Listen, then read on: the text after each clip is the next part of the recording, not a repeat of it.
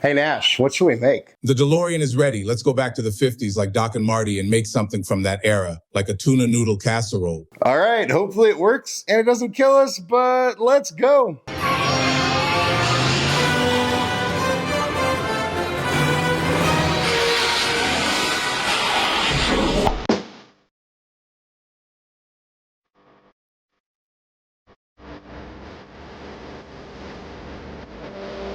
Welcome back to Chaos Kitchen, where I guess we're in the 50s. I'm not loving the black and white though, so let's fix that.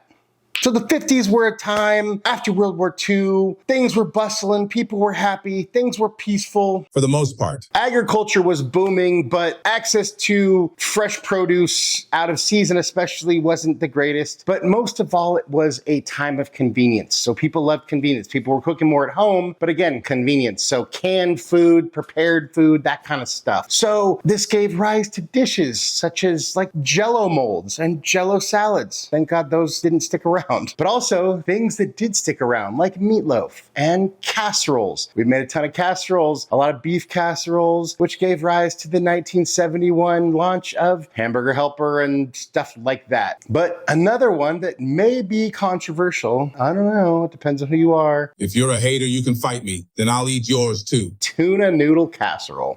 So today that's what we're making. And hey, without further ado, let's go.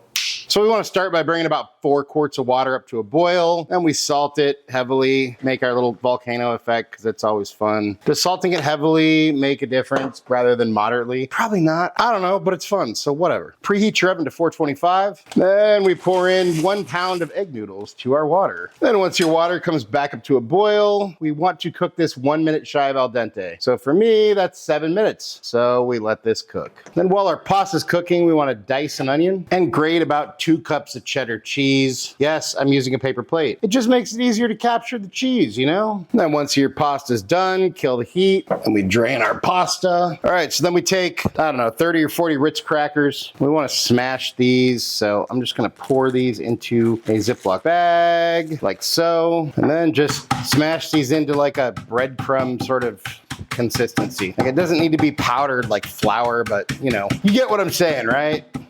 Okay, cool. All right, then we take out some sort of a bowl, receptacle of some sort. We dump all of our Ritz cracker dust, crumbs into this bowl. And then we add a 1/4 cup or a 1/2 stick of melted butter. If you want to throw some spices in, go for it. But we just sort of mix this up, get all the breadcrumbs to absorb a little bit of that butter, because this is gonna make our crust. So fun stuff, you know, 1950s Ritz crackers. When were Ritz crackers even invented? All right, so once your butter's all sort of incorporated into those Ritz crumbs, we set this aside. So then we get out a big ass bowl.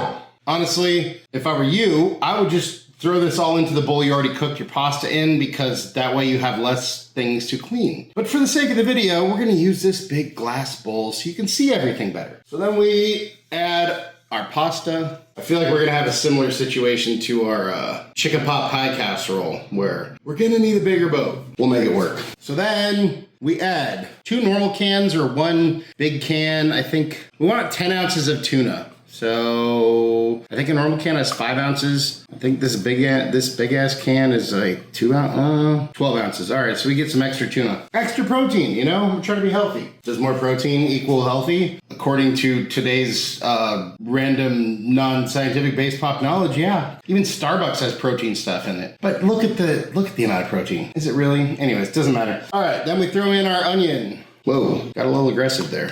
1 cup of frozen peas. Yeah, these are a little too frozen because some of them are even stuck together. Can we break them? Oh, well, let's break them up. All right, cool. 1 4-ounce can of diced mushrooms. I don't think I've ever had canned mushrooms before, but hey, whatever. We're learning together, right? It's the 50s, you know? Like I said, convenience is king. And hey, maybe fresh mushrooms weren't available. I don't know. Then we add 2 cans of condensed mushroom soup. Does anyone ever use condensed anything soup for actual soup, or are these just used for casseroles and other shit? Serious question. Let me know what your thoughts are in the comments. And lastly, we add our cheese. carefully because we're running out of room. And honestly, I think this is the biggest bowl I have. I have a few other bowls that are similar, but I don't think they're any bigger. So that's what we got. And I'm not sure how prevalent seasoning was in the 50s, but I'm gonna call an audible and add about a half a teaspoon each of salt, pepper, garlic, and a little smoked paprika. And then we sort of gently fold everything in because we don't have a lot of room here. But hey, do your best. And maybe, hopefully, you all have a bigger bowl than I do. We just want, it doesn't have to be perfect. It's, you know, make a mess. Just making a mess, you know, it's what we do here. Then once you're comfortable that you have a sufficient level of incorporation, set this aside. Then we take out a greased casserole dish and we proceed to sort of dump our mixture gently, if you can, into casserole dish. And then we just smooth this out, even it out, whatever you want to call it. Then we sprinkle on our Ritz cracker mix and then sort of spread that out. Make sure we got a little bit of Ritz cracker dust on everything. Crumbs, dust, whatever you want to call it. Magic fairy dust. Magic Ritz crackers, 1950s fairy dust. Yeah, that's right. And then we're gonna throw this in our 425 oven for, I wanna say 25 to 30 minutes. Everything inside is cooked, so we just need to brown and crisp up the topping. So off we go. And here's our guy right out of the oven. You can see we got a nice brown crispy crust here. Everything's looking good, but as per usual, it's hot AF right now. So we're just gonna let this cool and come back in a few minutes. And once our casserole has cooled, we could probably take a piece. So let's see what we can do here. Let's just take, oh, it's not gonna stay together very nicely, but that's okay. Oh, shoot. Well, you know what? I mean, it is what it is. And even though it didn't come out in a nice clean piece, there we have our tuna noodle casserole.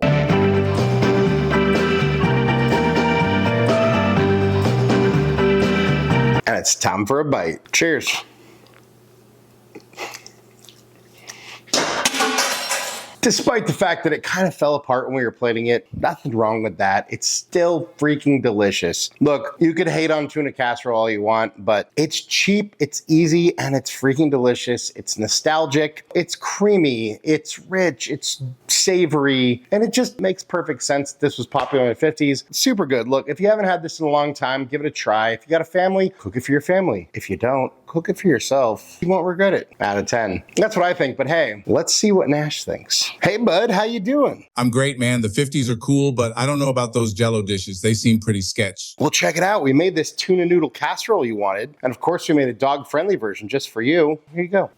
What do you think? Dang, that's good. It's rich, creamy, savory, and packed with protein and flavor. We're bringing this one back to the future. Anything you want to say to your fans? In the end, we will remember not the words of our enemies, but the silence of our friends. Nash approves, I approve. Look, it's been a fun trip into the past to the 50s with a great dish that may be underrated, but either way, go try it. Hey, thank you so much for watching. Really appreciate you all. Love you all. If you wouldn't mind taking a second, like, share, subscribe, hit the button for notifications, all that good stuff. If there's anything you want me to make, you want me and Nash to taste, go ahead and drop that down in the comments. And hey, if you like this video and you want to go check out our other easy recipes, go check them out here. And hey, just remember, cook more, eat better, embrace the chaos. That's it for now, folks. Until next time, be good and peace.